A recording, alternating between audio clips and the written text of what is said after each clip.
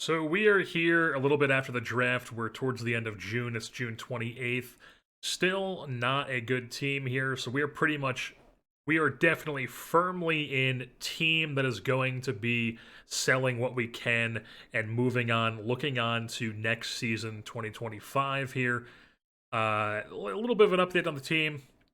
We did indeed get rid of what's his name? Miguel Sano here. We released him. We got rid of him.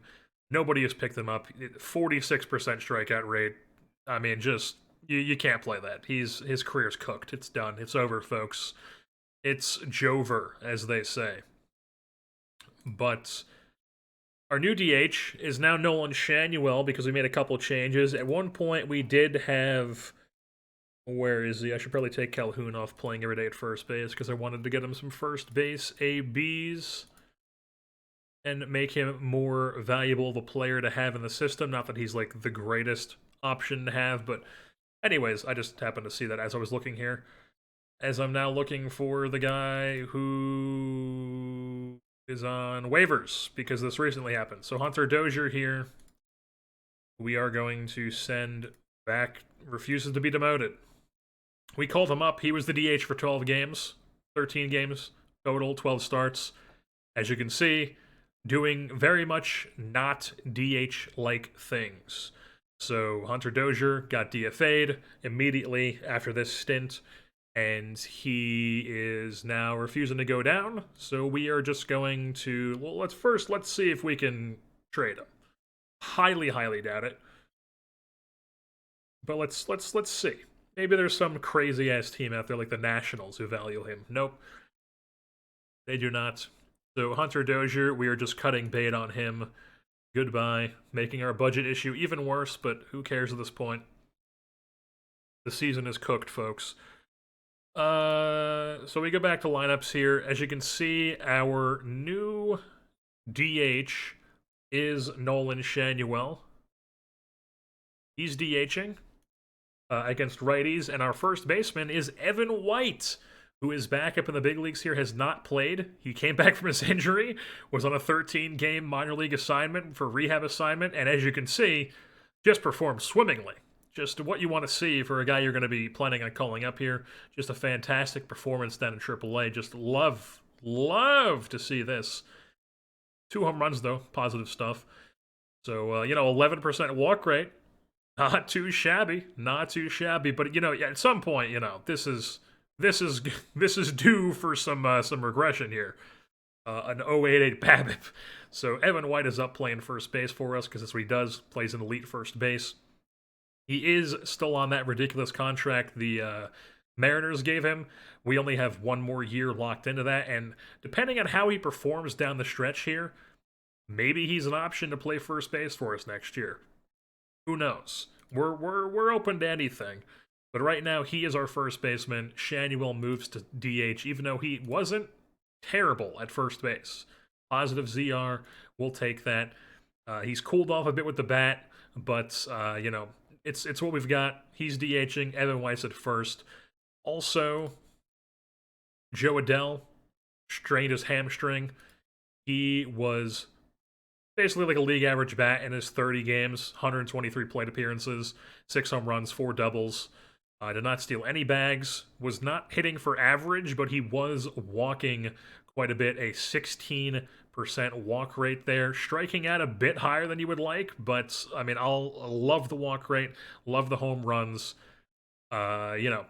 Sucks that he got hurt. He will be back, though, in about 4 weeks. So while he is out, that is why the DH first base situation changed, because Taylor Ward came back. He's now in left field after his 4-game rehab assignment that he had. He's now in left field again, rather than DHing like he was when I called up Moniak and Adell. And Moniak shifts to right field. He has not been ideal here with the bat, but, he's what we've got. He's playing right field for us. He's a fine defender to have, and he is also now taking over as the every 7th day center fielder, because we did have Adell in that spot, but now it's Moniak. And then against lefties, it's a little bit different. It's LeBlanc DHing, Evan White at first, and I think the rest is the same. And then we have the Drury Renhefo platoon at second base going.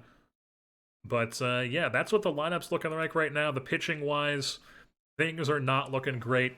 Bullpen is spent. Rotation is spent. we're slotted to start a guy who's not full stamina, and has been actually quite decent. I've been seeing a lot of on this screen here. Who's hot? Tyler Anderson. He keeps popping up here. As you can see, everyone else is not. They are cold. Luis Garcia is one guy who's been god awful all season. He's an expiring contract, and we actually currently have a what am I looking for here? A pending trade offer out, because I just was curious and I shopped him, and there was a couple teams that were like, "Hey, we'll give you a veteran for him," and the Texas Rangers were like, "Hey, we'll give you Josh Smith, who has options, not even an arbitration yet." I can't click on him, or I guess I can discuss it here. We can see I've already submitted, so I don't need to resubmit it. But Josh Smith here, as you can see, about to be 27, lefty bat. Not even at arbitration yet. He's been solid in AAA. Can play a bunch of different positions. He's decent defensively. Good, like, pinch runner type guy. League average bat. You know, we'll take what we can get for a guy who's just an absolutely negative in the bullpen. And the rest of these guys here are just not great. Tejada is up from his rehab assignment. He's been god-awful. He was god-awful on his rehab assignment, too. Not looking good for the lefty here in our pen. All these guys are so drained for stamina. Matt Moore's been league average. Soriano's not been as great as he was. Stevenson's just been absolutely dreadful in that closer spot. Negative WAR, R-WAR. Just, I mean, there's nothing else you can say about that other than dreadful. Clevenger and Estevez have been solid, so I'll probably just move Estevez back here to the closer role, because why not? But with the high leverage too. Or we'll keep the high leverage off. And then I guess we'll have Stevenson as the 8th secondary closer guy. Not ideal, but we'll see how it goes. But yeah, that is what we're looking like with the bullpen. Probably going to make some changes here just to get some fresher arms in here. And then the rotation, just lots of mid going on here. Reed Detmer's mid. Sandoval's been bad as taking over as a full-time starter. If we take a look at his splits, he was treading water, I would say, as a follower, and he has just been straight up bad as a starter. So now that I see that, we might just put him back as a follower here. But or honestly, no. We'll throw him to the wolves, see how he does, figure it out. We're trying to lose games anyway. Proof draft position. But yeah, not ideal. What you want to see. Griffin Canning is back as well. He has been once again just mid. Tyler Anderson's been mid. Chase Silseth mid. Not what you want. A lot of mid, and then a lot of really, really bad bullpen arms. As if we take a look at our team stats here. Wow, it actually looks like some of this stuff has improved a little bit. The runs scored, not so much. Home runs still good, still walking a lot, still stealing a bunch of bases, still getting, I guess it's a lot of the same. So OBP, still solid. OPS, not as good as it was. And then everything here is just god-awful except for strikeouts. Just not a formula for a winning team here. As, like I said, we are going to be trying to sell off as many guys as we can as we're entering July here soon. Matt Moore, we're going to try to get rid of. Brandon Drury, going to try to get rid of. Estevez, Garcia, Cicerno probably, but he's probably not going to have any interest because he's been in AAA. Simber, same deal with him. He's been in AAA. And then just a lot of, maybe we try to trade Anderson and get out from this contract for next year, because ideally he's not on the staff next year. But I mean, what else are we going to do next year with the staff if we don't have him? Stevenson just not looking great. We're not going to be able to get out from under that. Obviously not going to be able to get out for Anthony Rendon. I would like to try, but it's probably not happening. And the thing is, none of these guys are going to garner a lot of interest, so, like, we are going to try to trade more Drury, Estevez, for sure, and Garcia, but I mean, what are they going to get us? Like, utility guys? They're going to get us, like, quad A players, maybe, like, a bad double A prospect. They're not going to get us really anything, nothing that moves the needle. We're basically just trying to move on and get something in return for them. And you can see here, even Drury's even pissed because he's a part of a platoon and he thinks he should be starting every day. It's just like, dude, the platoon's going fine. You guys are both league average hitters. Or the platoon's not going fine. That's interesting to see. He's platooning as the starting guy against lefties, and he has a 25 WRC plus against lefties. That is interesting. And then Renhefo is also... I mean, what is going on? Oh my god. I have never seen so many bad numbers. We have multiple guys who I've seen that have like 1 WRC pluses negatives. It's not good here in Anaheim. What? What? This guy couldn't do anything in AAA. Look at this. Look what he was doing in AAA, a high run environment league, and he comes up to the majors, and in 8 games, look at this. What is going on? A 3-homer game? I mean, it was at Wrigley off an extreme fly ball pitcher, but we'll take it. Evan White showing he's got some juice. And then he gets player of the week too. I can't believe it. Alrighty, we're jumping back in here. It is July 22nd. We're getting up on the trade deadline here. We've got a couple trades that have already been made. We've got one out there that we're trying to workshop a bit, and then we're also trying desperately just to get Matt Moore off the books here. The thing is, teams don't want Matt Moore. Teams don't want to give prospects for Matt Moore, so we're trying to find like a useful, team controllable, like depth piece. Seems like it's mostly position players. No really useful like arms, although I could probably try to like finagle an arm out of these guys, being like, hey, you get this guy in AAA, he's not in your 40-man, maybe give him us. But right now, just some names that are sticking out to me here. It's just like some guys, like literally it's like Sam Hilliard, who could be like a decent power and decent outfield speed sort of guy. Hasn't really done anything. I mean, he's not even hitting in Colorado, which probably tells you that he's probably not really worth anything. He's also 30. Do love me some Pablo Reyes. He's 30, though. Super utility guy. Decent player in this game, not hitting like he is in real life. But, and by that I mean he's hitting much better than he is in real life.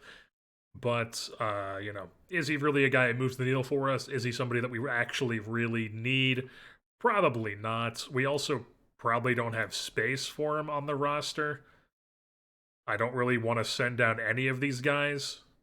So, I do believe Pablo does have one option. He is arbitration eligible, though, so that's not really something I want to pick up and pay Pablo $2 million next year. And then some other names like Vidal Brujan on the Marlins, the guy who just gets passed around an OOTP every year. Super speed, super utility, switch hitter. I mean, the profile is a solid utility guy. The thing is, he's out of option years completely. The Marlins, where'd he go? The Marlins this year looks like he's been on their bench, and he's not really doing anything for them. So it's like, I mean, if he's not going to do anything for the Rays, he's not going to do anything for the Marlins, is he going to come here and do stuff? Probably not. But I mean, he is a solid defender. I'm just talking about this is the level of like stuff we're trying to get, and this is also with Matt Moore retained 100%. That's what this is. So not a lot of options out there. We got injured Brusdar Gratterall, which could be an interesting buy low for next year, honestly. His arbitration is expected to go up to $5 million, which is not ideal. But I mean, Brusdar Gratterall's a solid reliever when he's healthy. Pumps gas, insane movement, great control. We don't know what this is all going to be like when he returns from his shoulder inflammation, which is obviously a big deal, shoulder injuries. But might be interesting. Might be interesting to try to finagle that. And 5 million is not the end of the world. We are the Los Angeles Angels. We have a big market, so that is doable for us. It's not like we need to be operating like we're the Rays here. Who else do we see here? Donovan Walton, Mariners legend, utility guy. Not really interested in him. Nathan Lukes has an interesting contact profile and outfield, but he is a ground ball hitter, and I do not like that whatsoever. He's also 30. He does have options, but not really something I'm interested in. Honestly, I think trading for Gratterall would be the move here. The thing is, it's like, are they going to bring him back? I'm trying to remember if I remember Brusdar Gratterall being in for agency after year 1 in my other save. I don't remember. Well, and also he is a prankster, which is interesting because, as we can see, if we go to our team chemistry, we only now just have anybody on this list because we just recently called up these two guys, which we'll get into a bit later on here. But right now, things are not looking good. We've just only got 2 leaders. We've got no pranksters, no spark plugs, no captains. Thankfully, none of these guys. But we also have none of these guys, and we want, ideally, a lot of these guys. And Brusdar Gratterall would go to having a little happy-go-luckiness in the bullpen, or in the team here. We do need to improve the bullpen. He would help with that. Let's see if we can get him, but like with 0% retaining. Perhaps. Let's just submit the offer. And I am on hard mode trading, so that means I can't just sit here and spam make it work and be like, all right, what about this guy? Make it work. What about this guy? Make it work. And it just makes it very, very easy to fleece teams. I prefer doing the hard mode trade where you actually have to submit it and they get back to you the day after. Much preferred, makes it more interesting, makes it harder, and I like having trades on like that. So that is why I did not just instantly acquire Brusdar Gratterall. But as far as the other trades that we have made, if I go to what am I looking for here? History, transactions. Is it decisions? No, it's best trades. Here we go. So we traded for Luis Amaya and Tyler Scoff. You can see Tyler Scoff was one of the leaders up in our Major League bullpen. Utica, New York guy. Accidentally right-clicked. Not a very, long-term option reliever, but he was just an interesting arm the Nationals had in their system. He was down in Double-A for them, pitching, fine. He's a leader, high work ethic guy. Could be an interesting arm, had no Major League service time, so he's got plenty of options. We called him up, see what he does the rest of the year. The Luis Amaya guy, very similar deal. He was in Double-A for the Nationals in Harrisburg. He was doing fine. He's in Triple-A for us, doing fine as our closer. He'll probably get a call up at some point once we get some other guys off our roster here. Lefty arm. Interesting guy to have. That's really what it is. We traded Brandon Drury to them. No idea why they wanted Brandon Drury, but when I shopped him, they were the only team that were interested in giving up prospects for him. These guys came up, so we got them, and then we just threw in this absolute nobody because they were like, hey, we won't do this until you give us this guy. And I'm like, sure, there you go, have him. And then we also did end up doing that Josh Smith trade. He is now a bench bat for us. Doing pretty well in the 10 games he's played for us. He's what he is. He's Josh Smith. He's a bench bat. He's there doing his thing. They got Luis Garcia from us. And, of course, he's pitching well with the Texas Rangers at age 37. Not a huge loss. We get an interesting bench bat for at least one season, probably. And they get this guy. And then, once again, they were like, hey, give us this guy, or we won't do it. I'm like, sure, there you go, have him. Have this 22-year-old and almost 23-year-old rookie ball who can't hit. But, and they could see we also released Hunter Dozier as well because he stinks. And yeah, that's all the moves we've made so far, as we are now trying to work on or we did just submit the Bruised Dark Adderall Matt Moore deal. What else we are trying to get accomplished is Estevez. That's right. We have a deal out for Pablo Estevez, not the block, the pending. Trey Morgan and Keenan Eskew, as apparently I cannot discuss this. Did they get back to me about this? Let me just sim a day and see what they say. As Robert Stevenson is day to day with back tightness. I mean, not ideal to be pitching through that. He's getting rocked anyways. Well, whoops.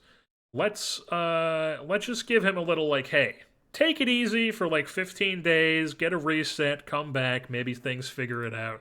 And then while he is getting his shit figured out, we are going to call up Luis Amaya, the other guy we picked up from the Nationals. He's going to come in middle relief. We also called up Kenny Rosenberg. Once I said, we will go over what our roster is looking like here post trade deadline, and then we will tackle the rest of the season. But right now we're just making some adjustments here, as Amaya is going to come and be a middle relief specialist guy, and then I'm thinking Jose Soriano is going to become our right-handed reliever. So I'm thinking Clevenger's the other setup. Soriano's the 7th, and then 8th is Clevenger. We'll leave that the way it is for now, and boom. But did they get back to us on the deal? It does not look like it. Oh, also, while I'm here, we can see the All-Star rosters. We had Logan O'Hoppe made the All-Star team. Great to see. And then Zach Neto made the All-Star team. Mike Trout did not, so it's just Logan O'Hoppe and Zach Neto. Impressive that a team this bad has 2 players in the All-Star game anyways. But surprising that neither of them are Mike Trout.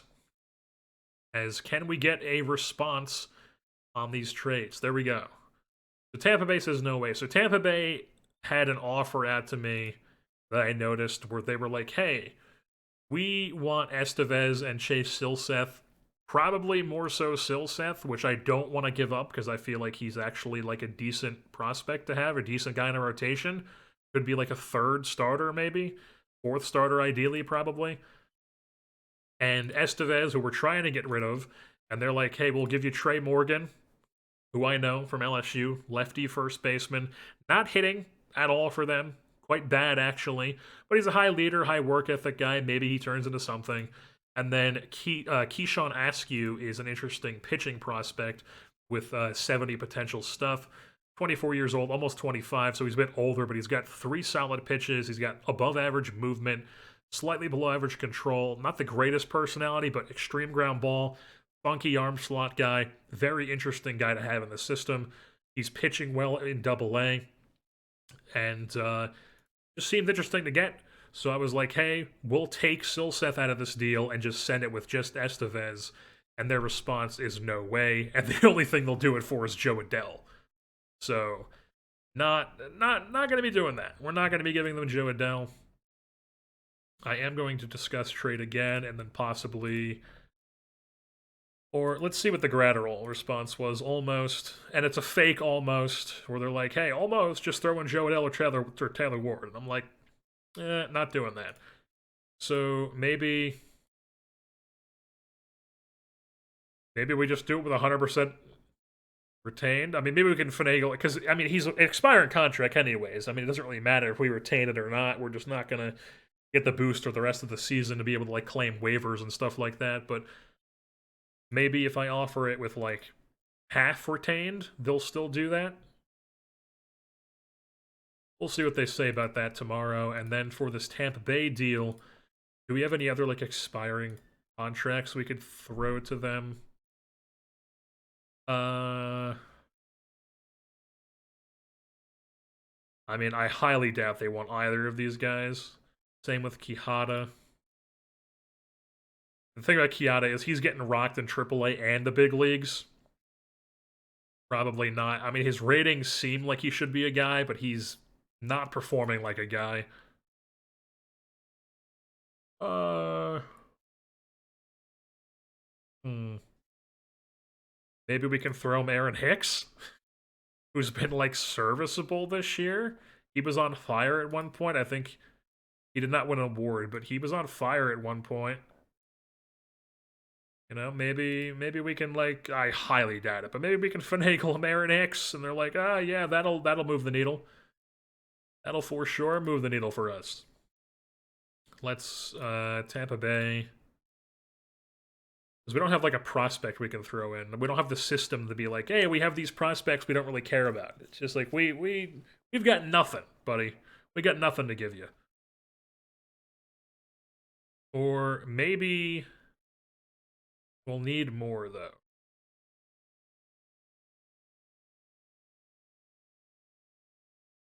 Okay, I'll give you Aaron Hicks. See what they say. Let's advance the day here. As Aaron Hicks bruises his shin, that shouldn't affect his value though. It didn't even advance the day because he got hurt. Bunch of rookie ball guys retiring. I don't care. Almost. This is more interesting almost if we retain 50%, but these are guys that I probably don't want to give up. Like this guy's an interesting that prospect, not really a prospect, older guy, but interesting guy to have nonetheless. Do we really need to keep him around? Probably not. Like he can be a bad catcher or like a first baseman, probably not play third. Caden Dana, we're not getting rid of him. He's like the only interesting arm prospect we have. Siriano's 25. We don't want to get rid of him. Costiu is another interesting arm we have. We don't want to get rid of him. Did I see he was also pitching well? He is indeed. He's pitching very well in A ball. What is he looking like in like double A? We're in the Texas League? What is our Rocket City? That's the Southern League, isn't it?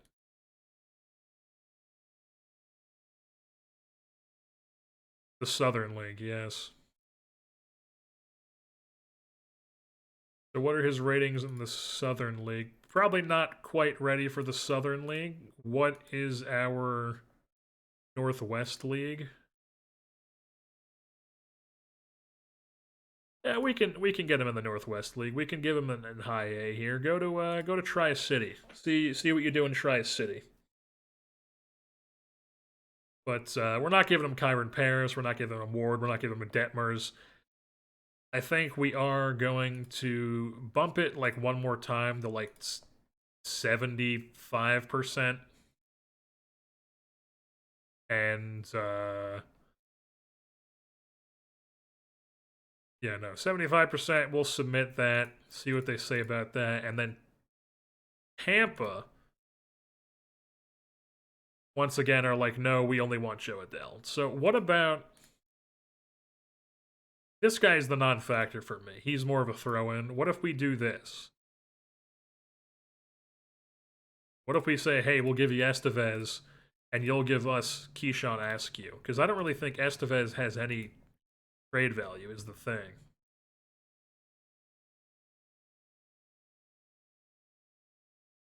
Okay, maybe I was wrong. Maybe I was wrong. Nick Gonzalez? Go give me Nick Gonzalez? Okay. Okay. Okay, that's where the list ends. I mean, that is the most interesting player here. I have it checked on prospect and regulars. I don't want a veteran. I mean, I don't feel like we're going to get a better deal than that. Nick Gonzalez, not a shortstop, but he could be like a second, third guy. Can he play a little bit of corner too? Maybe we can work on some left field in spring training. He's a high leader, got some good personality class there. He's hitting well in AAA. Pirates aren't really giving him any chances. I think we got to pull the trigger on that. He loves it. Perry Manesian loves it. Not that we value Perry Manesian very much, but he loves it. See if we can finagle a little something else out of them here, like this guy with the 80 control. You know, little old school throwback type of pitcher here, huh? Josh Fleming, D3 guy. Stream fly ball, not doing well down in Double A. I mean, this Palacios guy is quite interesting to me. Colin Selby, that's interesting. He has Major League Service. That's... I don't know, why is he not, like, dominating Double A with those ratings? Interesting. I saw that, I was like, oh, who's this? Oh, they're not going to give us Tamar Johnson. I don't know. That's not happening. Celestino.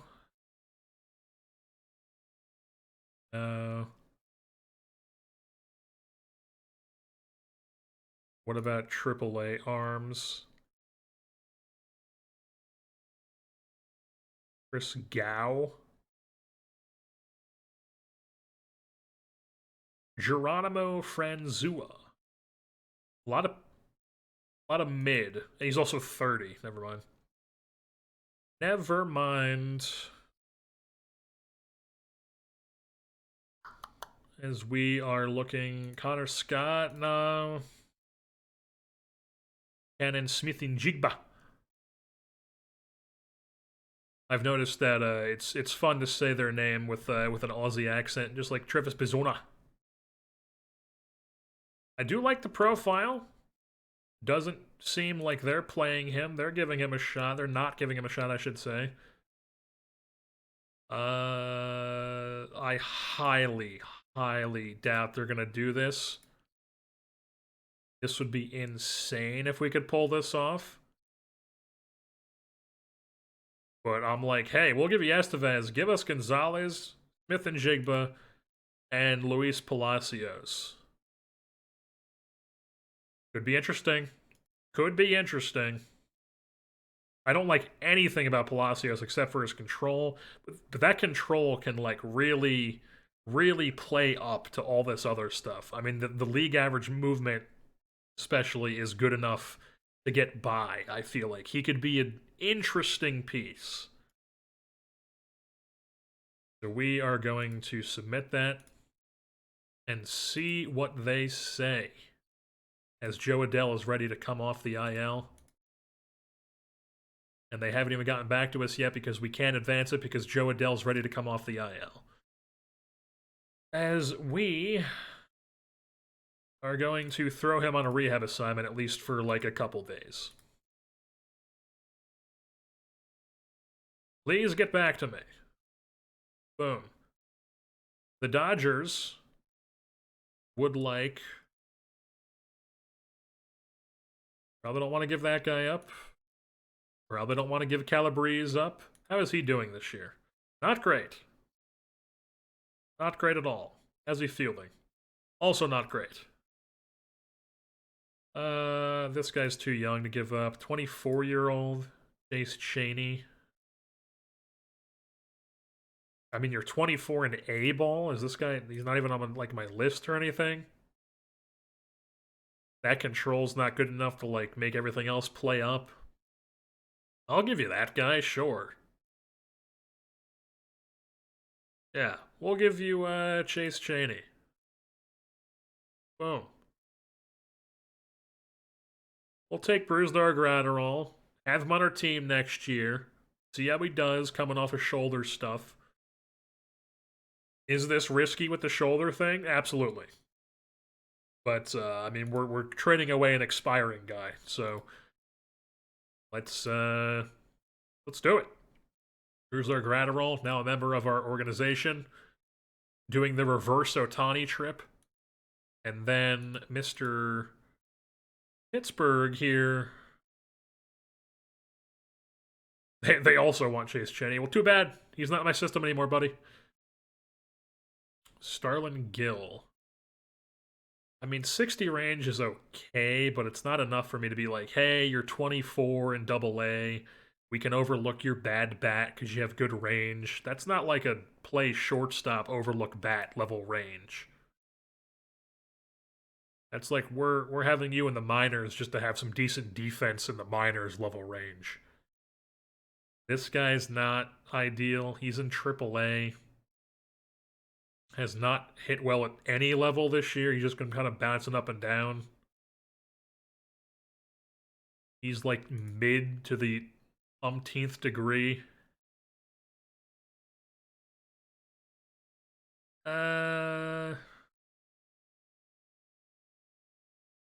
Who's this guy? Yeah, no, we're not getting rid of him. Nope, too young. Bryce Teodosio, probably Teodosio. I've heard of him. Decent range. Hasn't really done much. We're gonna give them Gabble, I think.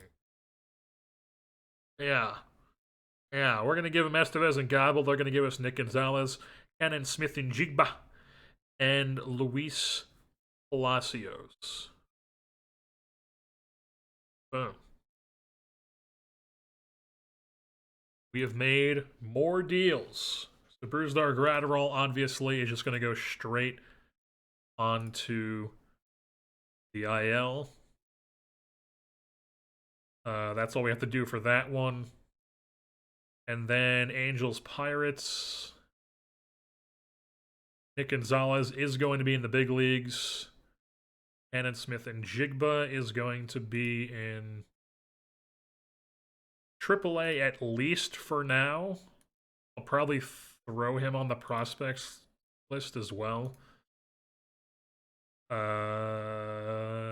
else? And then Palacios can just keep tearing things up in AA this season. Down in Rocket City with the Trash Pandas.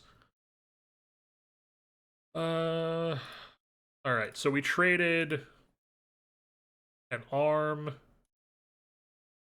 and an arm. So we need to get 2 arms in the bullpen here, and then we need to send down one of these. No, we have. What am I doing? Yeah, no, we need to send down one of these guys to make room for Gonzalez, and we also need to send down somebody to make room for Adele. So we've got some roster finagling to do here. But I do have. What am I doing? Have Aaron Hicks. Does Aaron Hicks have interest from anybody? We're doing all these trades before the thing. We'll throw him on the old trade block just in case.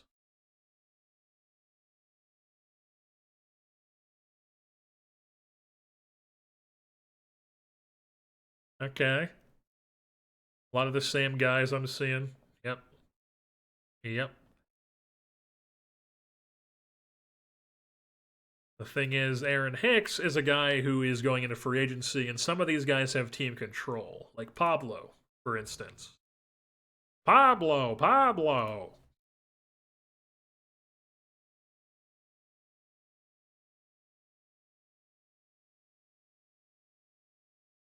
DeYoung. Interesting season for Paul DeYoung in Chicago.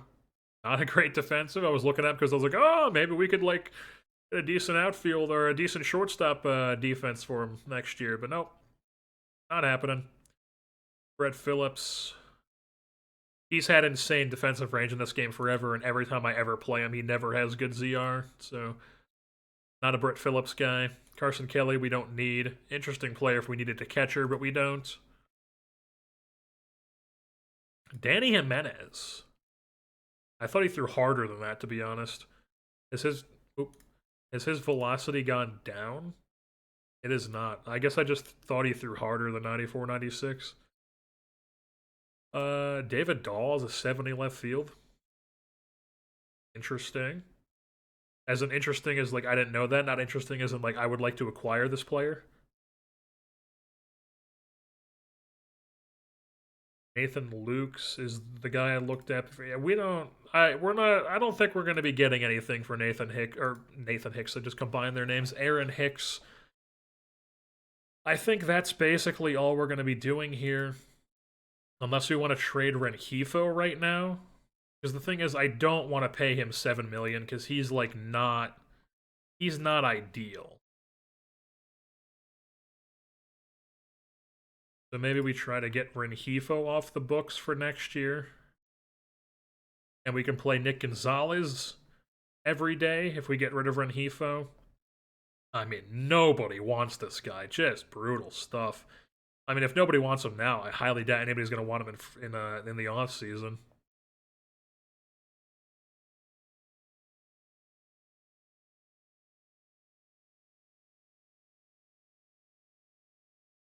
Yeah, no, we're just gonna. I don't think we're gonna be able to finagle any more trades here. Yeah, I think we're tapped out here for the trade deadline right now.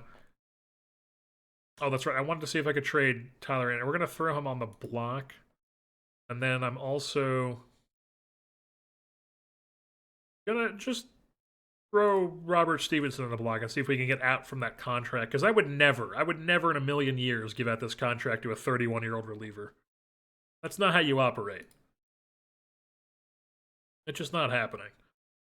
And then also, if you're wondering why we're not trying to trade Anthony Rendon, it is because he tore his ACL. I probably should have mentioned that sooner, but he tore his ACL, and that is why our infield situation right now is Renhefo at third. We called up Kyron Paris. He's playing short because he has the 70 range. And Zach Neto is now at second base because he has been god-awful at shortstop this year. The Campbell University man. Hitting very well. Defense, not so well. But yeah, that is why we are not trading Rendon. It's because he tore his ACL. Out for the year. And yeah, Mr. Duck Anderson here. I've never heard anybody ever call him Mr. Duck before. I'm sure there's some weird significance behind that, but nobody's interested in him. He's like, at best, a fifth starter. You know, we're not the Dodgers, so we're not going to be squeezing this type of season out of him because we don't have that sort of devil magic here in Anaheim quite yet. But, you know, he's like a fifth inning eater. He's like what are some names I'm thinking of here? He's like a Wade Miley type guy, you know, a guy you had at the end of your rotation to be like, fuck it, we need somebody to throw like 180 innings this year. But yeah, we're just gonna move up to the deadline here. Alrighty, we are here on July 1st. It is the trade deadline. We still have the like thing that they have now, the mini game, whatever you call it.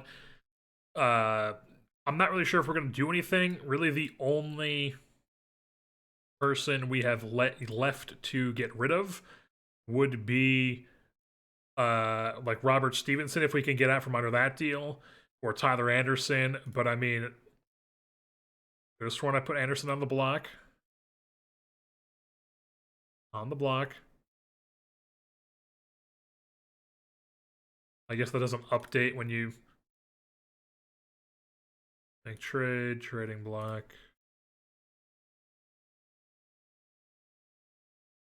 Oh, I'm on batters like a goddamn idiot. Okay, yeah, so they are on the block. They're both cold. Neither of them are really going to garner any interest. Those are the only guys that I can envision us trading right now, aside from Renhefo, which I will put on the block. But like we aren't going to be making any big swings here at the deadline, as things are just. Also, this is not great. The attendance just skyrocketing down here. Not what you want to see. Skyrocketing down. That's what am I talking about? Nose diving would be the word you would use to describe that. Nose diving. So yeah. We'll see if things happen. I've been keeping an eye on like all these trade proposals that the AI offers you, and they're all just like just as bad as you would think. I don't even have them as one of the things, like in my manager options, I have it checked off to alert me when I receive a trade proposal, because it's literally always stuff like this one. It's like, hey, give us Robert Stevenson, Ben Joyce, and 3.4 million in cash, and we'll give you like this mid possibly starter, fifth starter type guy. Like, no. Or like the Rays being like, hey, give us Stevenson and this guy you have in AAA who you're looking at to be like possibly somebody who's decent for you. As you can see, he got a cool Polish name, and he's also in 5 starts in AAA so far. He's got a 200 ERA plus, and doing solid down there. Extreme ground ball guy, and they're like, "Hey, we'll give you this guy. We'll give you this 25-year-old, not ever gonna be a starter, gonna strike out like 50% of the time type guy." It's all just stuff like that. So predictably, none of that stuff is interesting to me. So we're just gonna start this trade deadline day here, and yes, and see what is going on. As we do have some offers, and it's all just the stuff that you would expect. It's all just these dumb. The Braves did offer me one with Cicerno, which I don't think is too bad, but they also want Denver Guzman, or Denzer Guzman, not Denver, who is not a shortstop. He's like a third baseman probably, but he could be a decent third baseman. He's only 20, not performing this year, but he's not somebody I want to give up on. So Denver Guzman, I would not want to get rid of, but if we can like discuss this and edit this and remove Guzman, it's like, hey, the Braves would give us this guy who's obviously very far away from the major leagues, and they would give us Jace Grady, who is a decent defensive outfielder. The bat's probably never ever going to be anything, but he's a decent piece to have. And then we're just getting rid of a 35-year-old reliever who stinks. Like, sure, dude. Like, I'll submit that. Sure, boom. We'll throw that out there, see what they say back at that. And then we will go to... No, I don't want to continue. What am I looking for? Trade deadline. Boom. It's in the transaction screen. That's right. Like a goddamn idiot. I always forget where it is. Yeah, all this other stuff's like Stevenson ones that I'm not interested in, where it's like, hey, give us this guy who could be like a really good, like, possible bullpen, maybe even like starter if he develops more. Like, I'm not gonna give you him. Like, screw off, man. Like, this guy, like, no, this guy could actually be like a legit player for us. Switch hitter, we're not giving you him. The Brewers being like, hey, we'll give you Wade Miley for Silseth and Evan White, who's still continuing to hit well. Obviously, very small sample size. And we'll give you Luis Lara, who used to be interesting, not really that interesting anymore, I don't think. Wilman Diaz, possibly interesting shortstop, but once again, that's the one for this guy who I like very much, who I don't have in my prospects for some reason, so we will add him there. And yeah. So let's go like trade. Shop him around for like a regular in prospects. Nobody wants Robert Stevenson. We go back, we look at like Rengifo. Nobody is gonna... What am I doing? Why do I keep going to this page? Shop player around. Shop him. Nobody's going to want Rengifo. It's going to be all like the dumb offers. It's going to be like, yeah, we'll give you David Fletcher back. It's like, no thanks. Yeah, none of this is interesting. Rengifo's not going to garner anything. Tyler Anderson. So I can't right click on that. Interesting. Shop player around. He's not gonna garner anything either. There's just like straight up nothing. Maybe if I retain like 40%, maybe.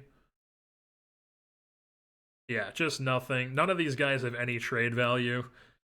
So I think we're just gonna see once this timer goes down. We'll just continue that day. And, yes, see what they say. Cerno. And we do. Okay, so we're close, but we don't have a player that would complete it for you. Interesting. Really? That's what you're saying? That's what you're saying. So what if I just straight up shop around Cicerno? What if I say, hey, Cicerno, prospect shop, regulars shop? Yeah, they're just the usual guys you would think, like Pablo Reyes, all these guys. Yeah, no, we're just not we're not doing anything here at the deadline. I don't think we're gonna be able to. I'll give them like one like last ditched like have like another veteran, like, you know, like have I don't freaking know. Like and I guess Jake Marisnik. Jake Marisnik, he might have some value here. Have Jake Marisnik. Have Jake Marisnik. And then we're just gonna advance to the next stage. Yes. Yes. No. Okay. Well, yeah, clear offer.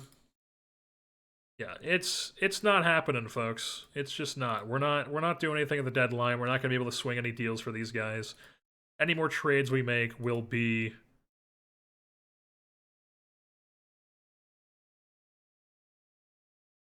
yes, yes. The trade deadline has passed. Boom.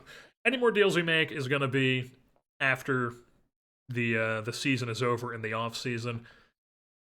So as we can see here, this is what we're looking like right now. We got some decent power bats. We got Trout, Shanuel, and Ohapi all have 20 home runs. Evan White is still hitting well in his limited time at the dish. We've got Charles LeBlanc playing in left field now against righties and against lefties because we're trying out Shanuel against lefties for the rest of the year. Rengifo has been so bad that we are just he's a bench guy for us right now. We want to see what we have in the other guys that we have. Mainly, I want to see what we have in LeBlanc. I would play Rengifo there, but I want to see LeBlanc playing against both, and maybe he's a guy who's actually like a legit piece for us next year. Same with White. We want to keep him playing.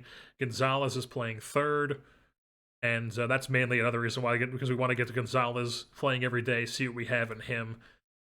And then with the pitching, right now we've got 1 through 5: Detmers, Canning, Anderson, Silseth, Sandoval. Ben Joyce, we're rocking him in the closer spot right now just to see what he can do. Clevenger, Soriano, Schaff, Suarez in the middle. Rosenberg and Wantz, who we called up from AAA, who was pretty meh in AAA. He's doing fine here. And then we have Luis Amaya, the other guy, who we got from the Nationals up in the bullpen. Wantz is also a high leader. So we will see what happens the rest of the year. So we are here at the end of the 2024 season, and as you can see, Mike Trout has hit his 400th career home run in a 4-3 loss to the Chicago White Sox. Just classic Mike Trout stuff. Doing his thing. I'm recording all this. The first part of the season was the day when the Trout news got announced in real life, and then the second part of this was day after. So, you know, in real world, Mike Trout, sad stuff that he's going to miss the whole year.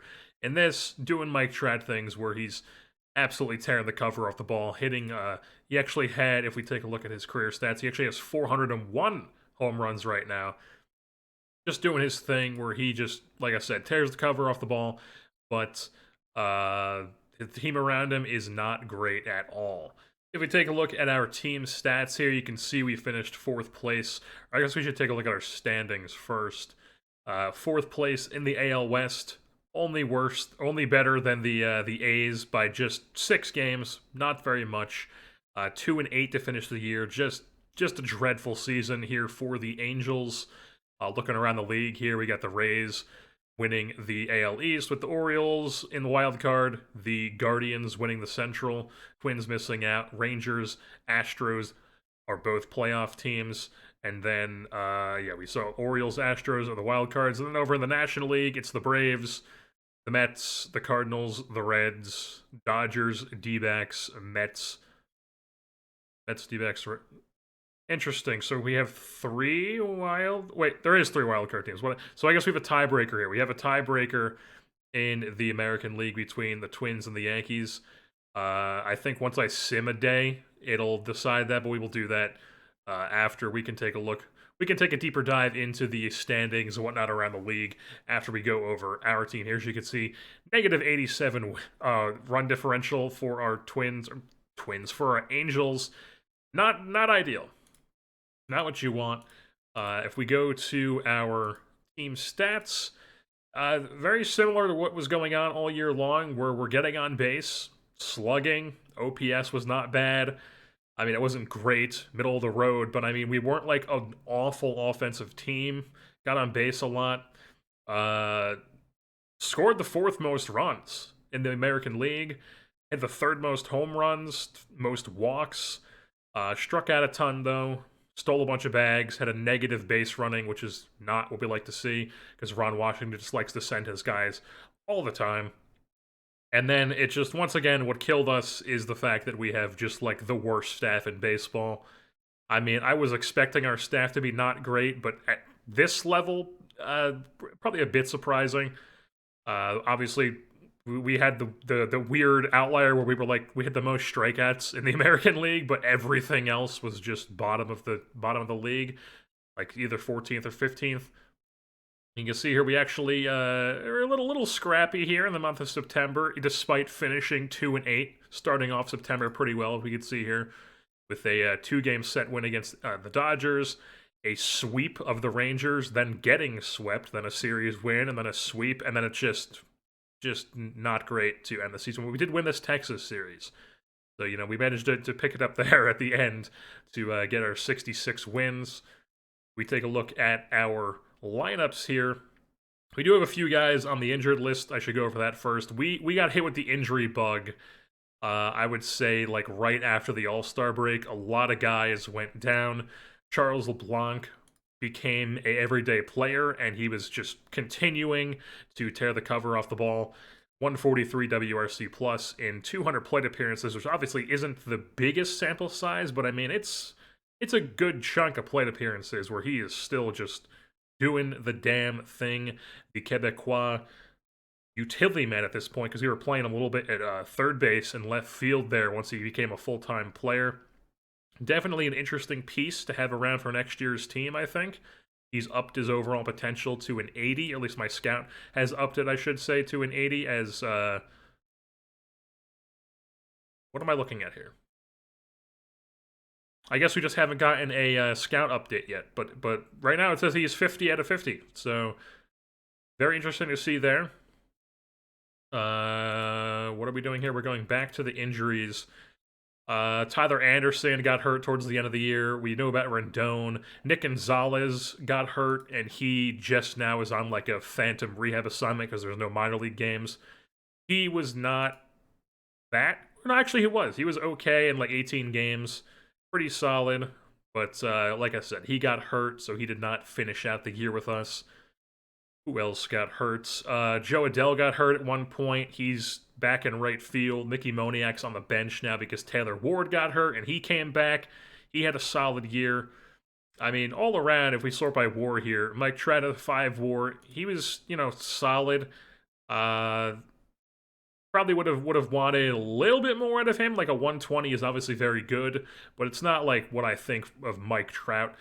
The team around him was not great, but what can you expect? We did the thing where he was playing center field, and you can see here 128 games in center, and he played 142 games. Because every 7 days, once a week, he was DHing, and I felt like that helped him stay healthy. I don't know, maybe that's just placebo. Maybe it's, who knows? Maybe it had nothing to do with the fact that he stayed healthy, but I'd like to think that's a reason why he was staying healthy.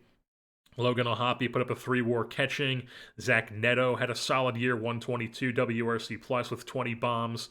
Also, O'Hoppe had 30 bombs. Love to see that. With a only 22 strikeout rate. Just fantastic stuff from the catcher. Nolan Shanuel, he was fine, 1.8 WAR, 116 WRC plus, 30 home runs. Do love to see that. A very low strikeout rate as well. Ideally, you want a first baseman to be putting up a better WRC plus than this, but I'll take that. Evan White, though, I mean, well, I should say DH because he was DHing for us at the end of the year. Because Evan White here, I mean, is he a player, folks? Is he a real option here? 14 doubles, 14 homers. Didn't walk too much, didn't but strikeout rate under 30%, solid slash line. And then of course in the field, a 2 ZR in only 77 games. I mean, Evan White, he only expects to be a bench player, but we've got him under contract for at least one more year at 8 million. It's like, might as well play him at first, see how it goes. We're trying to improve the defense here. And obviously first base defense doesn't really do too much to move the needle with that, but I mean, he's definitely an option for that. The guy that we really need to figure out where his position is, though, is Zach Neto, because he played all three of these positions this year and was fantastic with the bat. But I feel like the WAR definitely got chunked into here. It could have potentially been way higher if he was even just like a league average glove. Once, I think he got hurt for a little bit too. Yeah, he had a hamstring strain for 4 weeks. And then when he came back, he played third base for us for 12 games. And he was like, not a negative player there, but he was an extreme negative at shortstop. And then a pretty solid negative there at negative 2.3 at second base. We need to figure out where he plays. I mean, his ratings are not bad. It's like he should be able to like at least tread water at shortstop and be like an actual like solid second baseman, but he's just not for some reason. Maybe it was just a fluky year. We'll probably try him at second base to start next year because he's obviously a big part of our team, but not the most ideal defensive season here for the Campbell fighting Camel man, Zach Neto. But yeah, Evan White, like I said, solid. Taylor Ward, solid. He got hurt as well, like I said. But, around league average all year, 14 bombs, 25 doubles, 345 OBP. He was in the leadoff spot for a little bit, I believe, once Zach Neto was hurt. But now he's in the fifth hole and then 3 hole against lefties. Matt Tice, the Ocean City, New Jersey, University of... I think he actually went to Tom's River North, if I'm not mistaken, in high school. No, Jackson. It was Mark Leiter Jr. who went to North. Just some New Jersey stuff in the brain here. But yeah, Matt Tice, solid year as the backup catcher. He's playing every 10th games to spot O'Hoppe. I'm sure he played a little bit other as well because for a lot of the season we had him as the secondary first baseman. So if we see here, he did manage to play 13 games at first base. Don't know why he played 2 games at third because I never put him there, but must have been like out of desperation. It looks like he played 2/3 of an inning at third base. So it was probably just out of desperation in late in games and stuff due to like pinch hitters and whatnot. Joe Adell, not a great year. Around league average, but like slightly below league average. WRC plus 15 home runs though. We want to see more doubles than that. We don't want to see him just being like a home run or bust type of player. He was walking a decent clip. 13.6 walk rate, but the average that's got to come up. We got to figure that out. Just not ideal. But I do believe he was solid in the field. In Ray, 2 ZR, he was positive. I guess we'll take that. Once again, another guy where it's like you look at his ratings and you're like, he should be a really solid defensive corner outfielder, and he's just not that great for whatever reason. And then who else do we have here? Aaron Hicks was like fine for what Aaron Hicks is. Mickey Moniak hit some home runs, mainly in a bench role towards the end of the season, was starting in left field, but once we had Evan White solidify himself at first base and Shanuel be DH, because it used to be Taylor Ward was DH and Moniak was left, we then moved Moniak to the bench, and he was, not great at the plate, but he did hit like 16 home runs. Didn't walk really at all. Mickey Moniak basically is what he is at this point. Another guy who should be like pretty solid as a defender in the corners. Yeah, 2 ZR in left, and a 3 ZR in center. He played, or 3 ZR in right, played a little bit of center because he was just the best we had available to spot Trout in center every 7 days. But ideally not a center fielder. He can, like I said, hold his own there, but he's not an everyday player at that position. Not really sure what his role is moving forward on this team. We will get into all that once we get into the offseason. Rengifo, definitely not a great year for him. He's somebody who's not really somebody I'm looking to have part of my plans. We're probably going to be moving on from him in the offseason.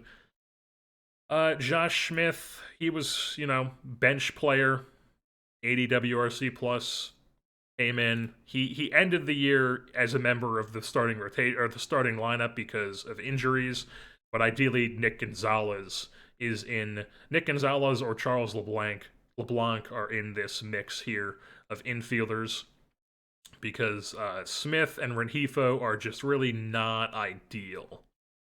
And then Kyron Paris, we ended up calling up.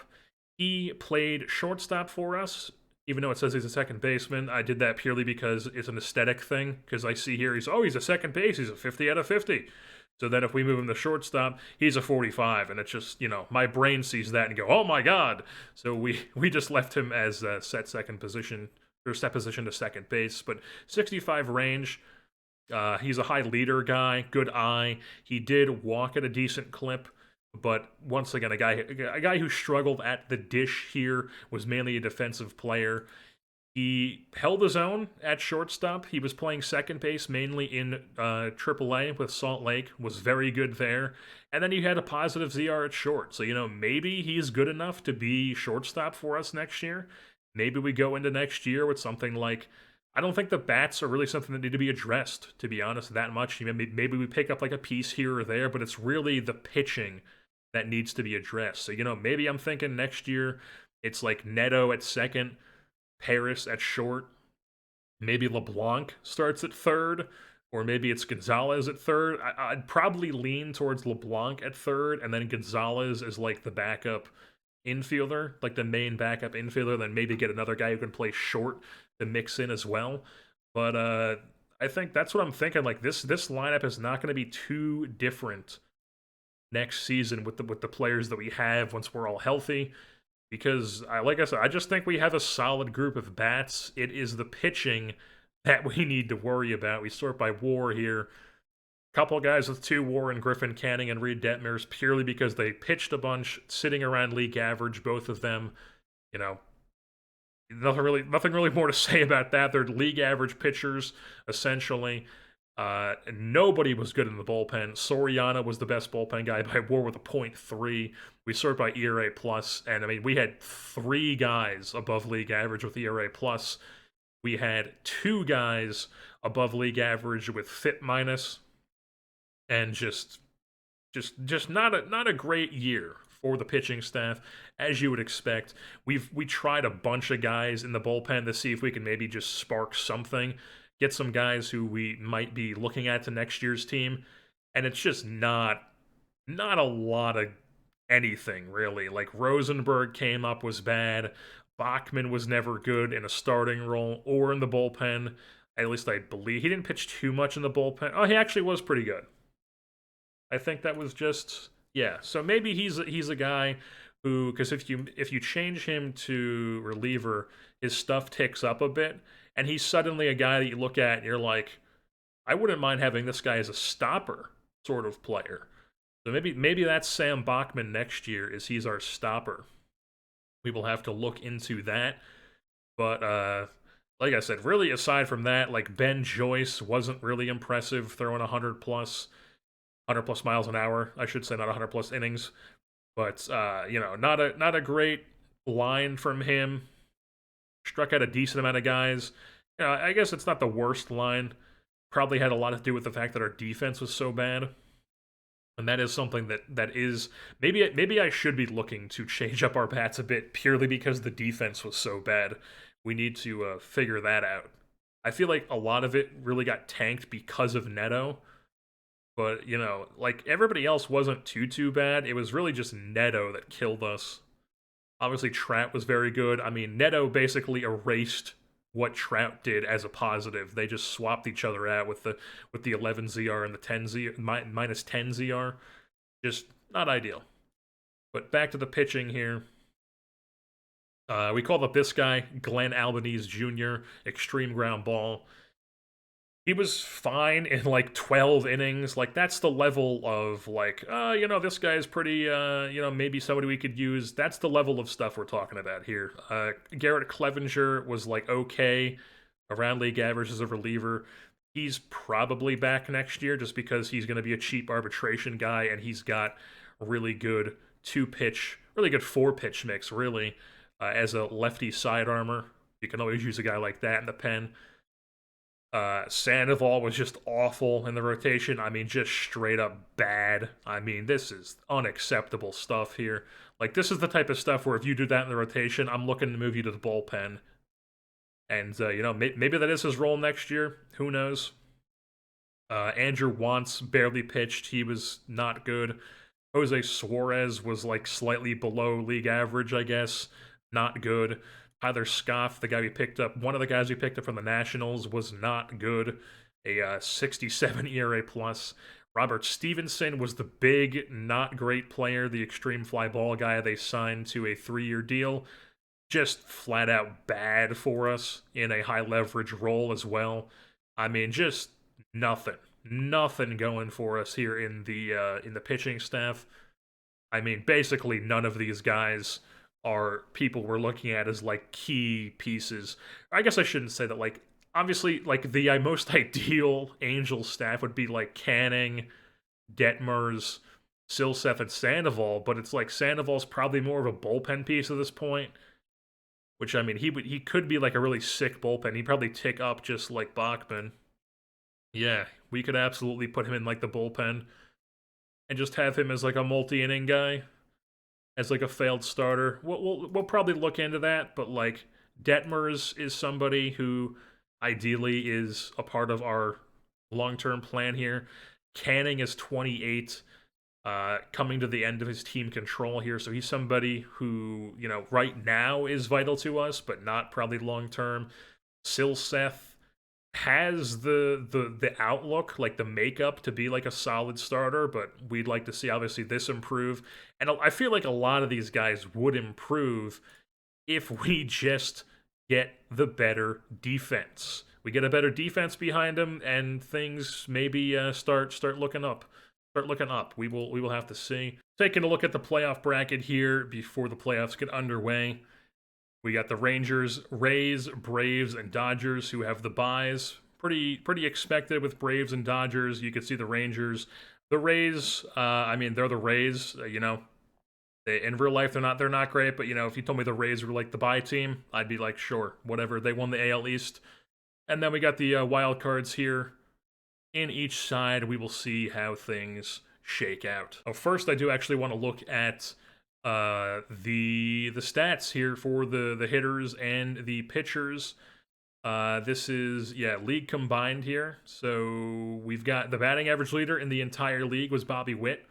Matt Olson led in home runs. Ohtani up there with Wyatt Langford in third.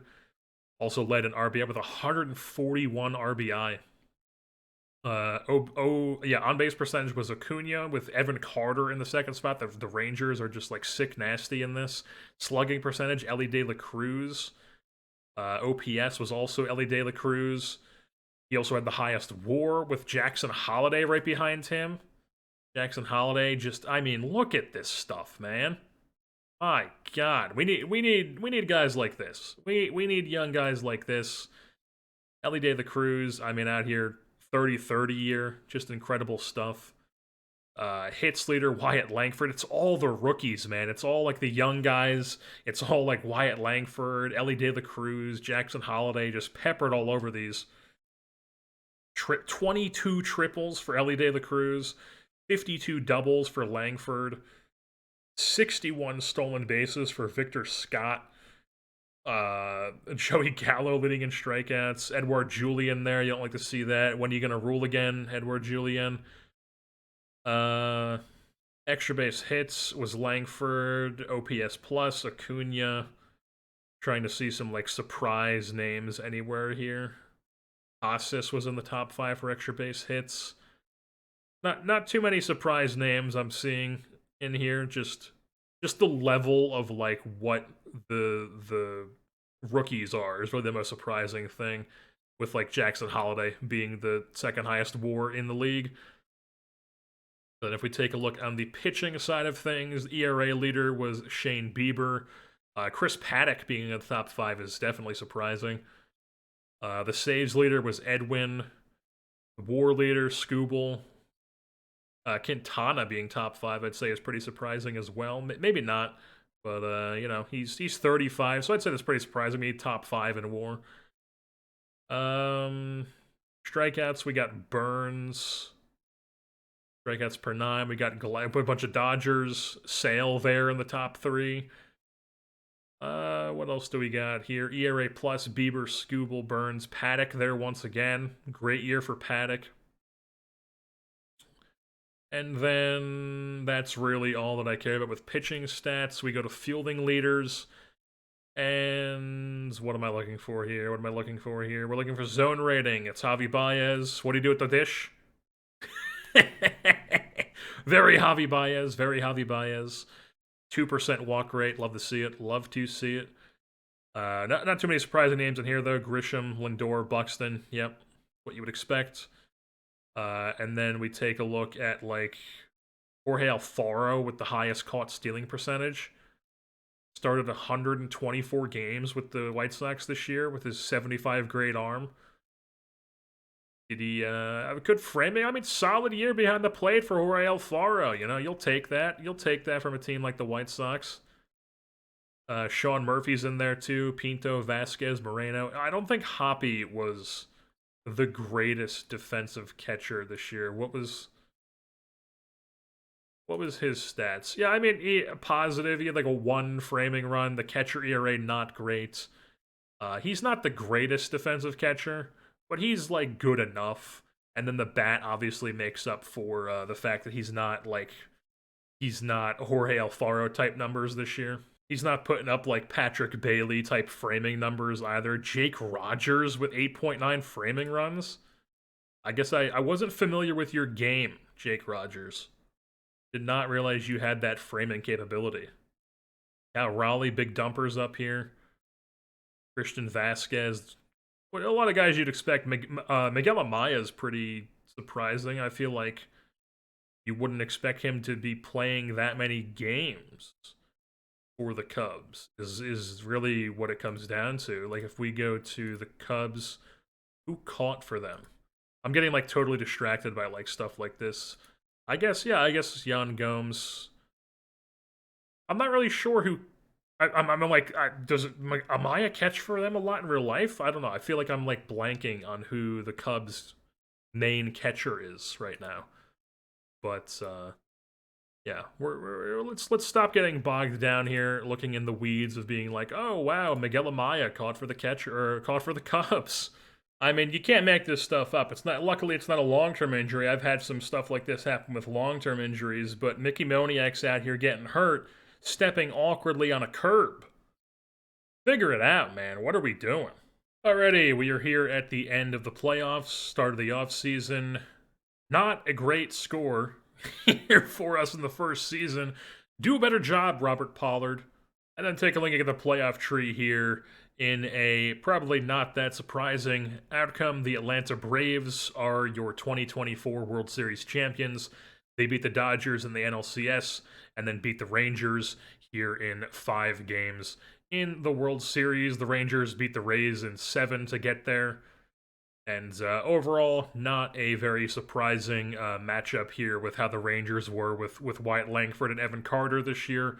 And the Braves, who are just an absolute dynamo, as always, their best players being Acuna, who just had an insane year, 6 WAR, insane WRC+, horrible defensively, apparently, but, he's not the best defender of all time anymore, but just an insane lineup. Matt Olson had 49 home runs. Sean Murphy was up there when it came to the framing numbers, and he was great at the dish with an insane... you're getting this type of framing numbers with Oops, I accidentally backed out. With this type of WRC plus, 30 home runs, I mean, that's just chalk it up and give him the championship in April. I mean, what are we doing? They also picked up Rowdy Tellez, who I know was with Philly for most of the year, or not Philly, Pittsburgh for most of the year. 17 home runs, and they actually cut him, I believe, at some point. Yeah, he got waived. I remember seeing him on the waivers, and they just cut him. And then the Braves were like, "Hey, come play for us," and then he just simply won a World Series while putting up 171 WRC plus in the 15 regular season games he played. What did he do in the postseason? And he like barely played in the postseason, but you know, Rowdy gets a ring. You know, happy for the guy. Chris Sale gets another ring. Yeah, I mean, what can you say? That was one thing I want to mention, that the Rowdy Tellez I noticed was in free agency, and at one point I looked in here and I saw. Let me get all these different. It's doing the thing where it's all slow. I guess we have the Korean guys in here. Like, what is Austin Meadows doing? Like, why did the I guess he was absolutely stinking up the joint, or he wasn't even in the big league team.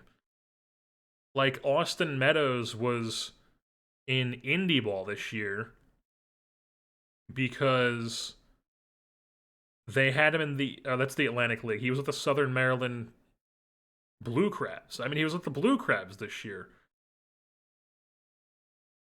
Oh, he was granted free agency in real life? I guess I didn't realize that. I guess I did not realize that Austin Meadows is not in the big leagues this year. Never mind, that's just me being dumb. But there was, at one point in here, let me pull it up here. Lourdes Gurriel Jr. is on the Astros, his brother's former team, and he was just doing like the reunion tour at some point this year. You can see here he played for the Diamondbacks, barely played. They released him. He went to Toronto, was like around league average as a bat. They apparently got rid of him again, and then he ended the year in Houston. Like, I don't remember really seeing stuff like that in my first save that I had going with the Royals, but noticed some funky stuff like that where guys like this were getting like waived and then obviously declining their minor league option, or obviously being like, you can't assign me. So then they just get released, and then they just do like stuff like this where they're like, oh, I'll sign with 3 teams this year.